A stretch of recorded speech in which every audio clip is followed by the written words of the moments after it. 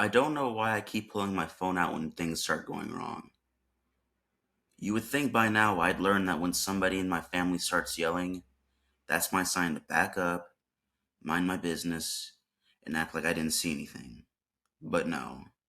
Every time something starts happening, my first instinct is, I should probably record. And that's exactly how this whole thing started. It was a normal afternoon. Nothing crazy, nothing creepy, nothing that made me think this was going to turn into one of those days where I ended up standing in the front yard holding my phone sideways while my uncle screamed at a ceramic lawn gnome like it owed him money. My uncle Ray had asked me to come over and help him move some boxes out of his garage. Now, when Uncle Ray says help me move boxes, what he usually means is come stand near me while I complain about every object I own. This man can get angry at anything. A chair leg being crooked, a drawer not closing right, a spoon being too shiny. One time he yelled at a toaster for having an attitude. So I already knew there was a chance something weird was going to happen, but I didn't know it was going to be a lot weird. When I got there, he was already outside, standing in the driveway with hands on his hips, staring across the street. I said, "You good?" He didn't even look at me. He just pointed. Across the street, his neighbor Diane had put a new lawn gnome in their flower bed. It was one of those old looking garden gnomes with a red hat, white beard, creepy little smile, and eyes that seemed way too shiny for someone made of ceramic. I looked at it for maybe 3 seconds and said, "Okay." Uncle Ray turned like I just failed the most important test of my life. He said, "You don't see it?" I said, "See what?" He leaned closer and lowered his voice like the gnome might hear him. "That thing is watching me." Now, I thought he was joking at first. That was my first mistake. So I laughed a little and said, "It's a gnome." He snapped his head toward me and said, "That's what it wants you to think." That's when I pulled out my phone. I wasn't planning on making a whole video or anything.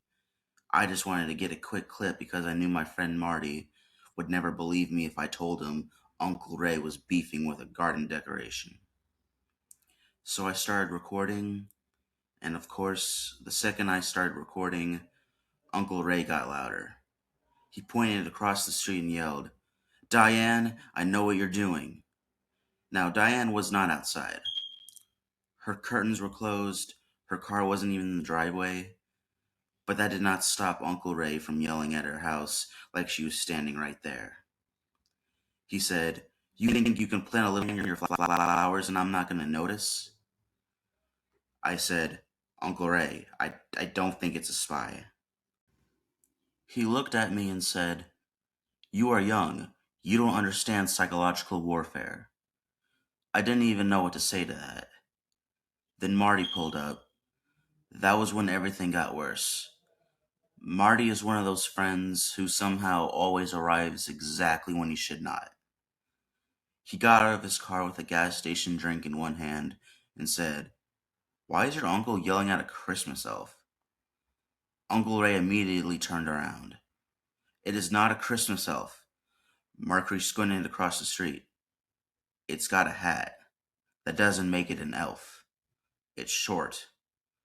So are you when you sit down but I don't call you an elf?" At this point I was already trying not to laugh, and the camera was shaking because I could barely hold the phone still. Marty rocked closer to me and whispered, "Is he serious?" I whispered back, "Very." Then Uncle Ray started explaining his theory. He said Diane had placed the gnome in that exact spot on purpose because it had a clear view of his driveway, his garage, his front porch, and his mailbox. Marty said, "Just likes gnomes." Uncle Ray said, "Nobody likes gnomes that much." Then he walked into the garage. I followed him with the camera because at this point I needed to know where this was going. The garage looked like a storm had hit it from the inside. Boxes everywhere, tools on the floor, a broken fan in the corner, three lawn chairs stacked on top of each other for no reason. Uncle Ray started digging through a plastic bin. I asked, "What are you looking for?" He said, "Evidence." Marty said, "Evidence of what? Gnome activity?" Uncle Ray pulled out a pair of binoculars, and that should have been my sign to stop recording, but instead I kept going. He marched back to the driveway, lifted the binoculars, and started across the street at the gnome. For a few seconds, nobody said anything. Then Uncle Ray whispered, "I knew it."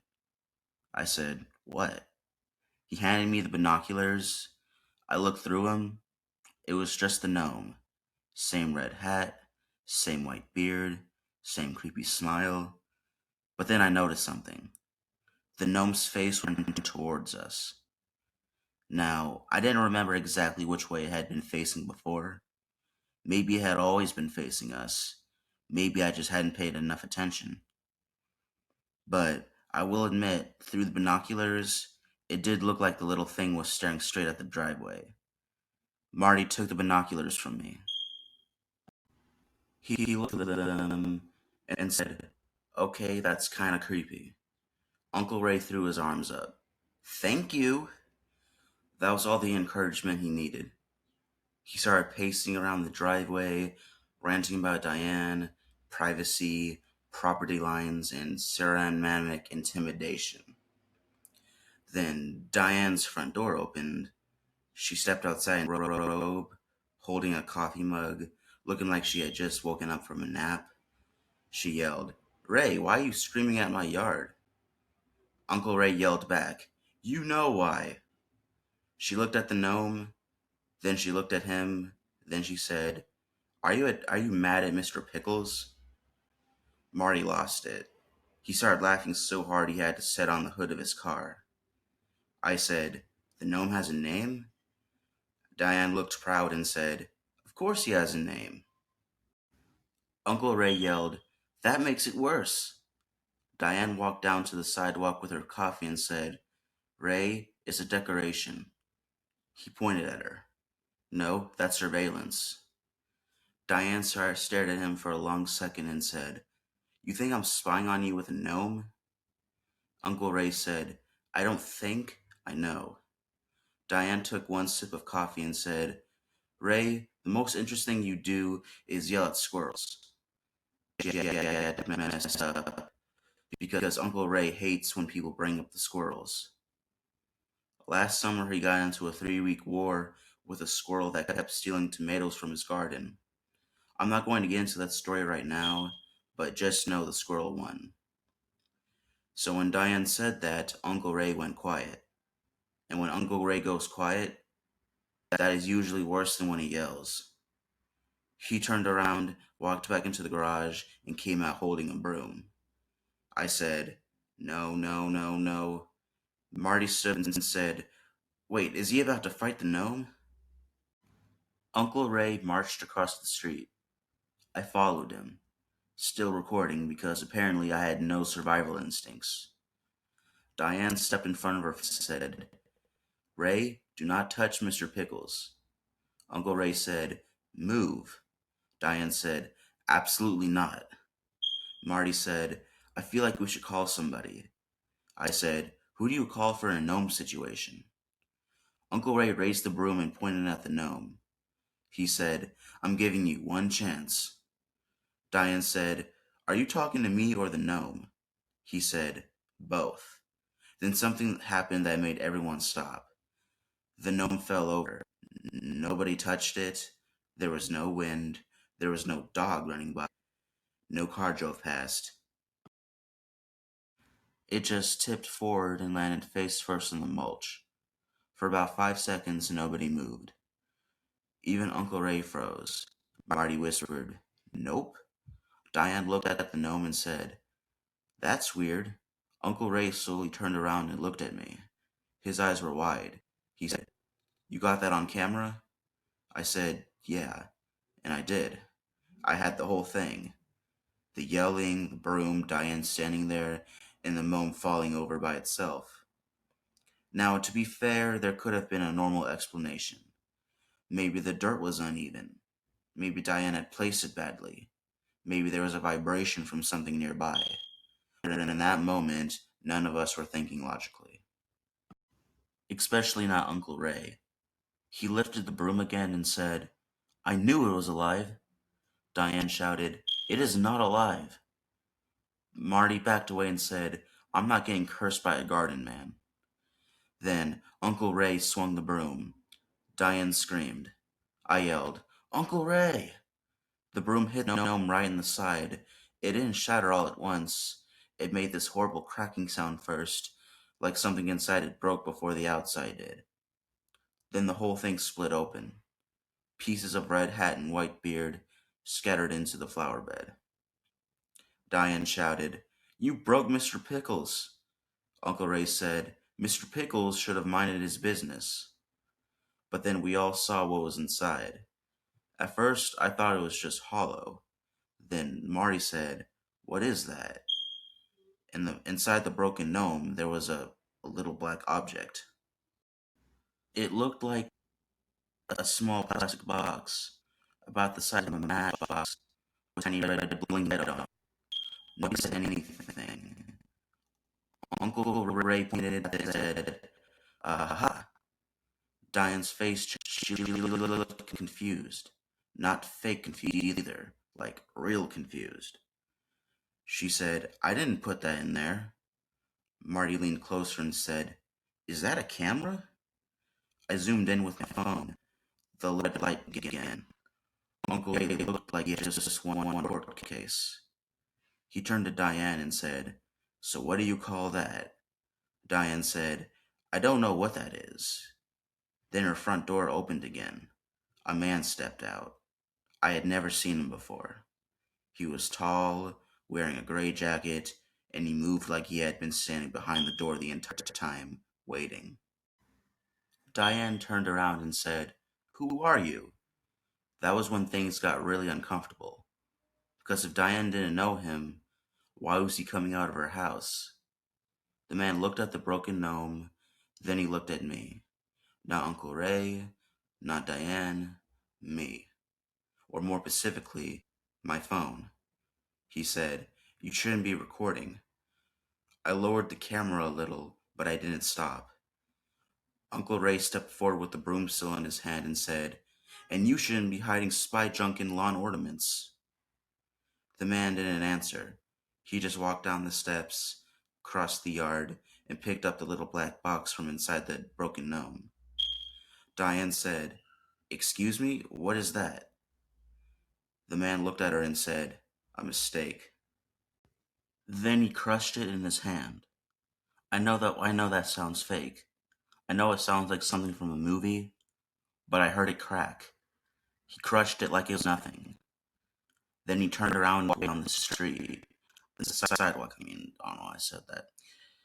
Not to a car, not back into Diane's house. He just walked down the sidewalk going. Marty whispered, actually, "We are not following him." Uncle Ray said, "I am absolutely following him." I said, "No, you're not." Diane was still staring at the broken gnome, then at her open front door, then down the sidewalk. She looked scared now, and now was the first time the whole thing stopped being funny. Because before that, it was just Uncle Ray being Uncle Ray. Loud.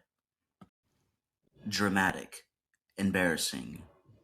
But now there was some random man out of Diane's house, grabbing something from inside a lawn gnome, telling me not to record, and crushing it in his hand.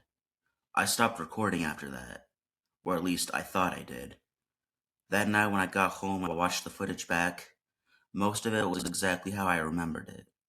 Uncle Ray yelling, Marty laughing, Diane defending Mr. Pickles like he was a family member, the gnome falling over, the broom hit, the black box, the man. But then I noticed something near the end. Right before the man said, "You shouldn't be recording," the audio glitched. just for a second. This, and then there was this weird buzzing sound. Then, for one frame, the video cut to something else. I had to pause it and drag the video back frame by frame to see it. It was my front yard. Now Uncle Ray's, mine. At night, and standing near the edge of my driveway, was the same man in the gray jacket. The weirdest part, the part of the footage from when I got home, from before I got home. I don't know how it got in the video. I don't know why it showed my house, and I really don't know why, when I zoomed in, the man wasn't looking at the camera. He was looking at my bedroom window. So yeah, that's how this started. A lawn gnome, a broken broom, my uncle yelling in the street, and one frame of footage that I still can't explain. I haven't told Uncle Ray about the last part yet, because I already know what he's going to say. He's going to say, I told you. And honestly, I'm starting to think he might be right.